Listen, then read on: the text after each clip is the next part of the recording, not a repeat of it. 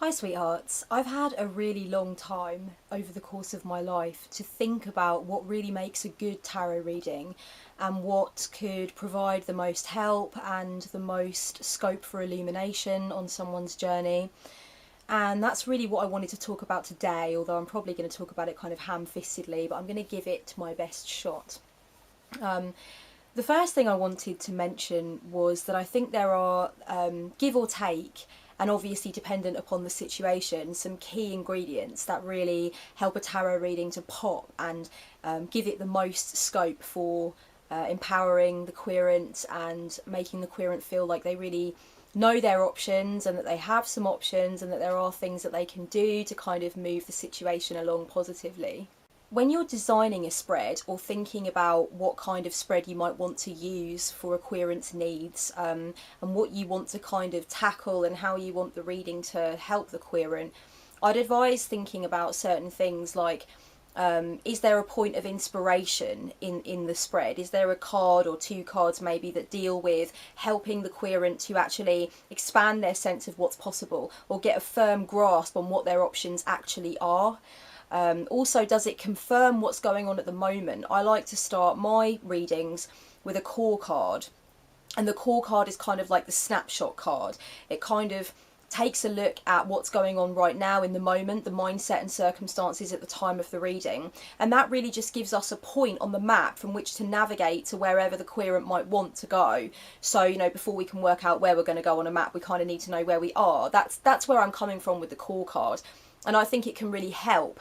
And also, you know, you can kind of take a look at what the querent has told you about their situation, what it is that they actually want to aim for, and you can use the core card to also confirm to them that you are aware of what the situation is now, that you're listening, that you want to help them get from wherever they are at the current moment to where they want to be. So the core card can also act as a kind of radical acceptance card as well, in terms of showing the querent anything that perhaps they aren't seeing about their current mindset and situation.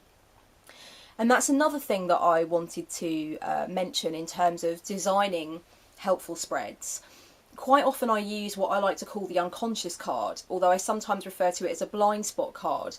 And really what this particular card does is it draws on things that the querent may be missing about the situation, things that perhaps they're not seeing clearly, or things that they might have put into their peripheral vision and aren't getting so much of a handle on. And sometimes this can be things that just require a change in the querent's perspective. Like they might be kind of very adamant about how they're seeing things, and sometimes the unconscious / blind spot card can help them to move into other territory. It can help them to de-center and get a sense of what else could be going on, you know, what else haven't they thought of, and maybe help them to loosen their grip on what they think is happening so that they can accept other possibilities. And this is this is particularly useful with things like conflict situations, tense relationships with other people, whereby the querent, as many of us do in these situations, has a really strong idea of what's happening, but actually they may need to accept other possibilities or other ways of looking at it. The other thing that the unconscious card can sometimes do is to actually bring forth an insight to the surface which is currently in the querent's unconscious mind and is maybe trying to bubble to the top, it's maybe trying to rise to the surface. So quite often it can be really about making the unconscious conscious in order to help the querent to get a more well-rounded sense of what's happening. I often think it's important to be bold enough to develop spreads and do readings which challenge the querent's perceptions and actually kind of encourages them to foster new ways of looking at things. And as I said, kind of de-center, move away from their very kind of solidified way of seeing the situation and actually put them in touch with various other options. I also think it's important to utilise spreads and do readings which invite the querent to actively think about what they're perhaps not seeing, what they perhaps haven't considered, or different ways of approaching a situation. So ask yourself, does the spread that you're going to use and the reading method that you're going to use actually invite different considerations from the querent and kind of help them to shake up their perspective and kind of give a different angle to the view that they have, if that makes sense. I also think that it's important for readings to elevate the querent, to comfort them, to empower them. So, you know, you want to kind of lace it with those challenges and with those kind of the broadening of the horizon. So helping the querent to see what's possible and perhaps helping them see what they could have missed. But I also think it's really important to include cards and to include a way of doing it which actually amplifies and elevates the querent, helps them to see where their strengths are, helps them to realise how much power they have to take the situation into their own hands, and how much power they have to make changes or to accept themselves just as they are, whatever it is that they want to do. Empowerment is a really big thing, and I try to lace every reading I do with that potential for a querent to recognise their own empowerment and to get really clear on what it is that they can do and who it is that they really are, the untapped sea, the oceanic fucking depths of their potential. I want those things to become conscious, both as they are looking through the reading and afterwards when they're kind of absorbing the information and using the questions and focus points. I'm really looking for them to get a sense of the essential luminosity of their own empowerment. So I think that's something to always consider. Are you elevating your querent? Are you lifting your querent up? Are you helping them to get a sense of just exactly how incredible they are as people? It might help to ask yourself if your spread has an appropriate time awareness perspective. Time awareness perspective is kind of the ability to understand whereabouts one's focus should be placed at any given time and what's the most helpful direction for your perspective. So, you know, you've got kind of three domains in a tarot reading for time. You've got past, present and future.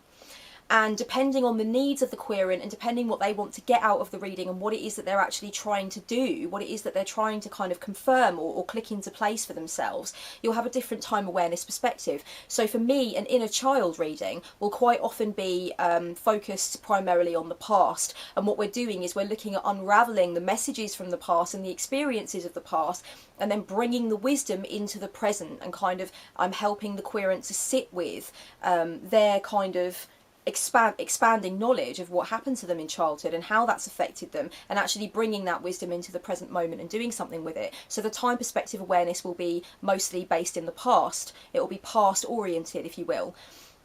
For people who are having relationship issues perhaps, or trying to get more of a handle on their sense of spiritual empowerment and spiritual discovery, you might have a spread that is very much focused on the present. It will be present oriented, but you may also kind of draw to a lesser extent on the past and the future, depending on what's necessary and depending what the querent really wants to get a handle on. When we're looking at things like developing a business or kind of getting and sustaining more of a sense of abundance or planning a move potentially, we're really looking at a future oriented spread. So we're looking at what we can do now in the present to actually snowball that future desire, to snowball that future intention and make sure that it all comes together and rises in the oven. So I think sometimes spreads can be designed so that the time perspective awareness is in alignment with what the querent most needs. And also I think that, you know, not only is it about selecting card positions that kind of honour the necessary time awareness perspective, but it's also a really good thing to recognise what your own response is to time perspective. So as a reader, do you tend to maybe focus more on one area of the time, like past, present or future, because of how your own psyche is developed? So for example, if you're really interested in your own journey through childhood and you see that you know, the way that you've been raised and the messages and the conditioning that you have been programmed with has been problematic to you, and that you actually needed to go back into the past to work out your problems, then you might have a temptation to try and draw your querent back into their past and recognise how those messages are filtering through now. But that might not be what the querent needs. It's really important to recognise when you might need to decenter from your own time awareness perspective in order to give the querent what they need rather than what you would organically choose for them, if that makes sense.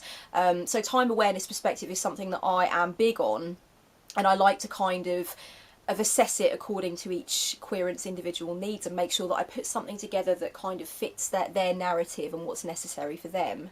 Are there enough suggestions and calls to action in your readings? This is something that I would really urge you to ask yourself. In the readings that I do, I kind of break up the word count and I place in the middle, after kind of I've analysed a few cards and tied them together and kind of helped the querent to expand their horizons in that way, I always break up the text by placing in several key questions, journaling prompts or focus areas, exercises, etc. And this could be anything from meditations and guided visualizations to chakra work to journaling about a specific thing that I think might be helpful. It can just be simple questions that are designed to create a point of instant illumination, something that the querent can do after the reading is finished to kind of place the onus onto them to take the power into their hands and to give them so many more springboards to jump from than just kind of the 2,000 word document.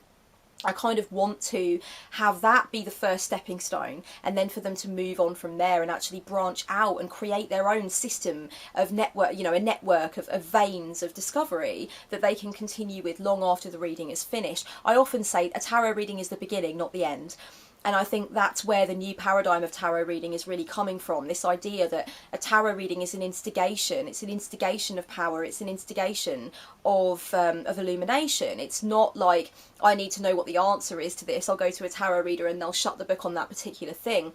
I really think it's the beginning of a journey of huge exploration. And so I always think about whether or not there are enough action, calls to action, whether or not there are enough suggestions, things that the querent can go off and do on their own time, homework if you will, and really allowing the querent to know that this is the beginning of something way more epic. This is the beginning of them taking control and really understanding what's necessary and what they want to do and how they want to weave things together. It's always about placing empowerment into the querent's hands. It's never about taking it from them, and that's something that I would definitely advise. I want to just mention that the calls to action and the suggestions do not have to be focused on, you know, specific things that you think that the querent should do. For me, most of the calls to action and suggestions are really about trying to shift the mindset, trying to explore different ways of being or different kind of thought processes that might not be so conscious to the querent at the moment in time that they have the reading. So really it's about me saying, go on this journey into your own mind and see what comes up, and then explore how that might have helped or how that might have shifted things. The calls to action and suggestions are definitely not things like leave your job in the next month and look for something else because your job isn't working. Like, that's removing power from the querent's hands. That is taking the onus off of them and making the decision for them. And that's really what we're trying to avoid, at least in my way of thinking. So when I talk about action points and suggestions, I'm really talking about things that you can, tools that you can offer the querent to allow them to really expand their own sense of what is needed and of what no longer serves and of what they want to release, what they want to receive. So really it's about giving them as many tools as possible for them to recognise the scope of their own empowerment and their own ability to make positive change. Ask yourself if your readings are person-centred. For me, it's really so much about a reading being person-centred. The querent cannot change anybody else's behaviour. They cannot change anybody else's thoughts. They cannot change anybody else's words or actions. The only positive change that they can make, and the only kind of assessment which is going to go anywhere useful and meaty and juicy and good for them, is self-assessment, is change from within. It's looking at how they view things. It's looking at what they want to do going forward. That's where it is. And also, I think it's really important to sometimes help a querent to decenter their perspective and move into a more person-centred way of being through shaping the question accordingly. So, for example, if a querent's question is, why is my partner being so selfish in this situation? You know, why can't he change? Or how can I help him to change? First of all, we are coming from a major point of centering. We're coming from a point of assumption, because already they've decided that their partner is being selfish, their partner is the one with the problem, their partner is the one who needs to change. So already we're coming from a place of assumption, so we've shut down that opportunity to expand. The second problem is that the question isn't person-centred. How can I make my partner change? Or what do I need to do to get my partner to see the light? These aren't person-centred questions, because we're thinking more about how we're going to create change in the other person. And actually a tarot reading will not do that, not ultimately. And it's not the most healthy use of one's time or energy. So really it's about shaping the question to bring it back to a point of, one, openness to what may come up, openness to see another point of view, as little assumption as possible, and as much scope for open-mindedness as possible, so we can really absorb all of the juice that the cards are going to give to us. We can really kind of mash the pulp out of it, get the marrow out of it. If you're coming from a really closed perspective whereby you've already decided what's going on and you've already decided what needs to happen, then the cards can't do their work. So it's really about clearing all of that stuff and being an open channel to receive.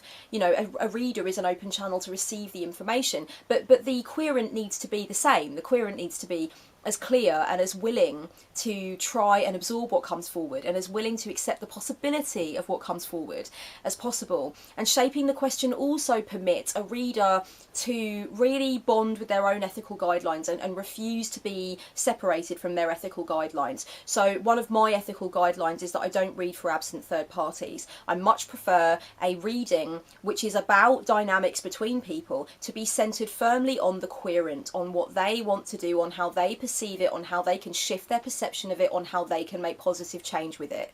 That's it.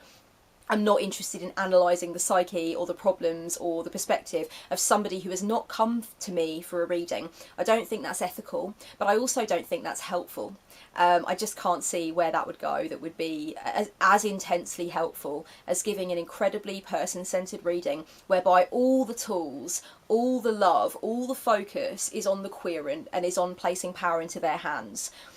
Ultimately, you know, I think it's unethical to read for an absent third party because they haven't opened up that energetic channel with me, and therefore I really don't think it would be kind of tasty for me to use my third eye to kind of browse and download information from the psyche of someone that hasn't opened up that channel. And I'm also not sure often how accurate and possible that is at certain times too, although I certainly have done it years ago before I had my ethical standpoint down, and it definitely didn't go wrong. But now looking back, I can see that it wasn't the most helpful thing for my querents.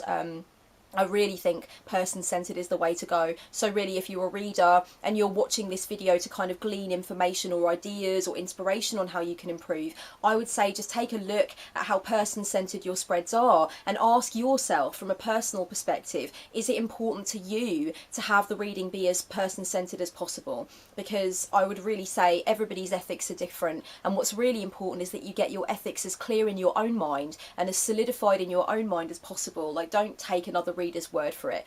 I could go on all night about why my ethics are kind of set up the way they are, but really the most important thing is for you to deepen your own exploration of your ethical standpoints and get clear on what you think should be going on and on what you think the best thing is for your querents. So these are just some thoughts on kind of ingredients, I suppose, things that could potentially be considered to ensure that a reading is as tasty and as useful and as insightful and as loving as possible.